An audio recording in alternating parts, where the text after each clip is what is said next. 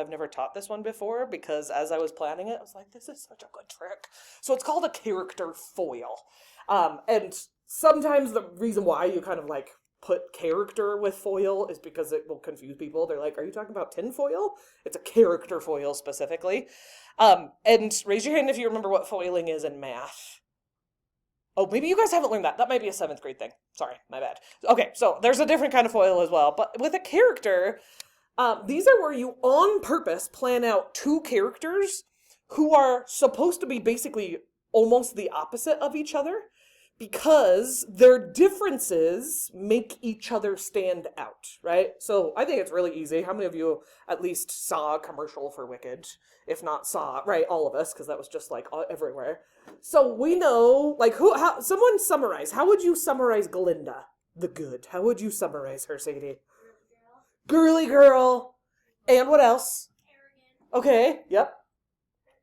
Yes, but she definitely gives princess vibes, even though she's technically not, but she gives those vibes. What else? Popular. And? Perfect. And she's just very peppy, and everything is sparkly and joyful. Okay, then what about Elphaba? How would we characterize Elphaba? Tell me one, Brooke. Very intense. Tanner. Yeah, like literally just the color. No, he's totally right. If we have pink and green, that was on purpose. That's a very big difference. Charlie.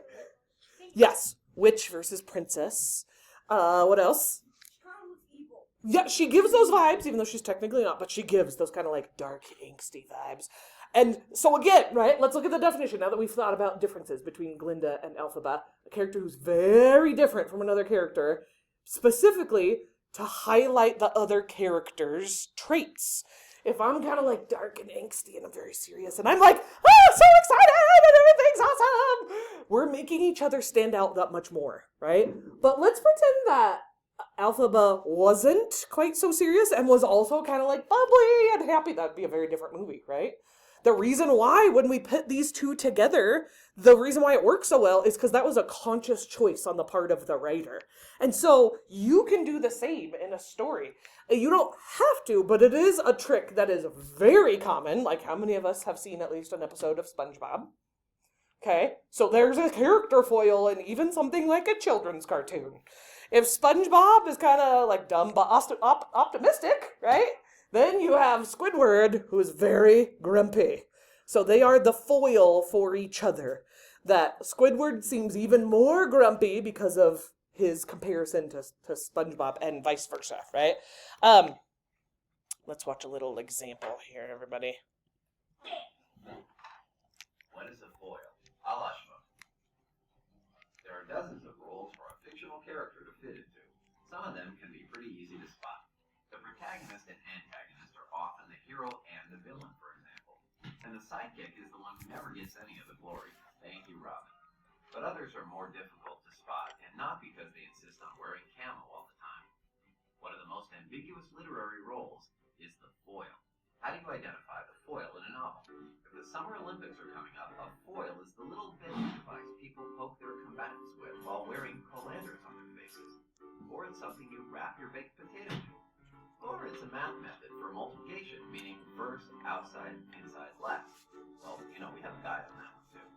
But we're focused on literature, where a foil is a character whose main purpose is to offer a contrast to another character, usually the protagonist. Foils set off and accentuate the main character and are convenient ways to complicate and deepen the characterization of the protagonist. They're more like complementary colors than total opposites. Foils are the white spaces to the protagonist's pen and ink drawing, the blush to their cheekbones, the frosting to their cupcake. Basically, everything the foil is, the protagonist is not. The foil's differences highlight the key qualities of the main character. Sure, it can be as simple as protagonist versus antagonist. Voldemort's villainy and selfishness reminds us. They called him Voldemort? Oh, I get it. Okay. A foil is any character who makes the traits of another stand out in sharp contrast. For instance, a character's best friend can be a foil if she's always volunteering time at a charity and giving sandwiches and blankets to homeless people, reminding us that, despite saving that turtle from a burning house, our protagonist is actually pretty darn selfish. There can be multiple foils in a novel.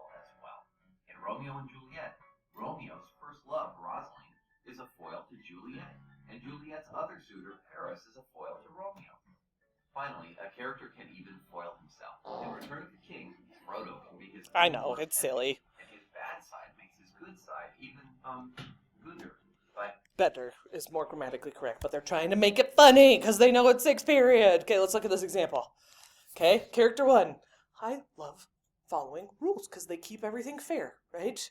They make it so no one's getting special treatment. Character 2, rules are just suggestions and I do what I want, right? Very different characters. And so if they're like in scenes all the time together in your story, they are foiling each other, right? They are making each other stand out. If I have a very brave character with a very cowardly, right? So like think Wizard of Oz, cowardly lion. Dorothy, very brave, right? They are a foil for each other.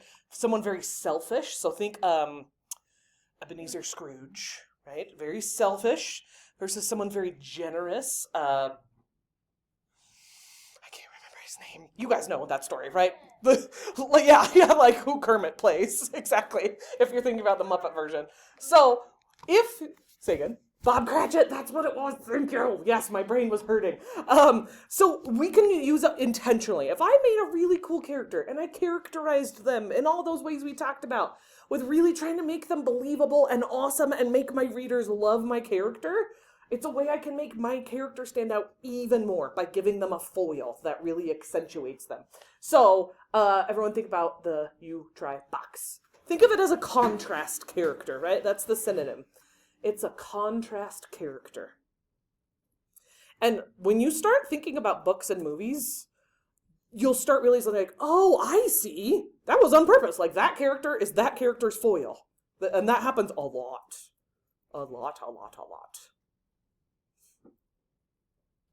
Like I'm thinking in Harry Potter, because you know me. I love Harry Potter.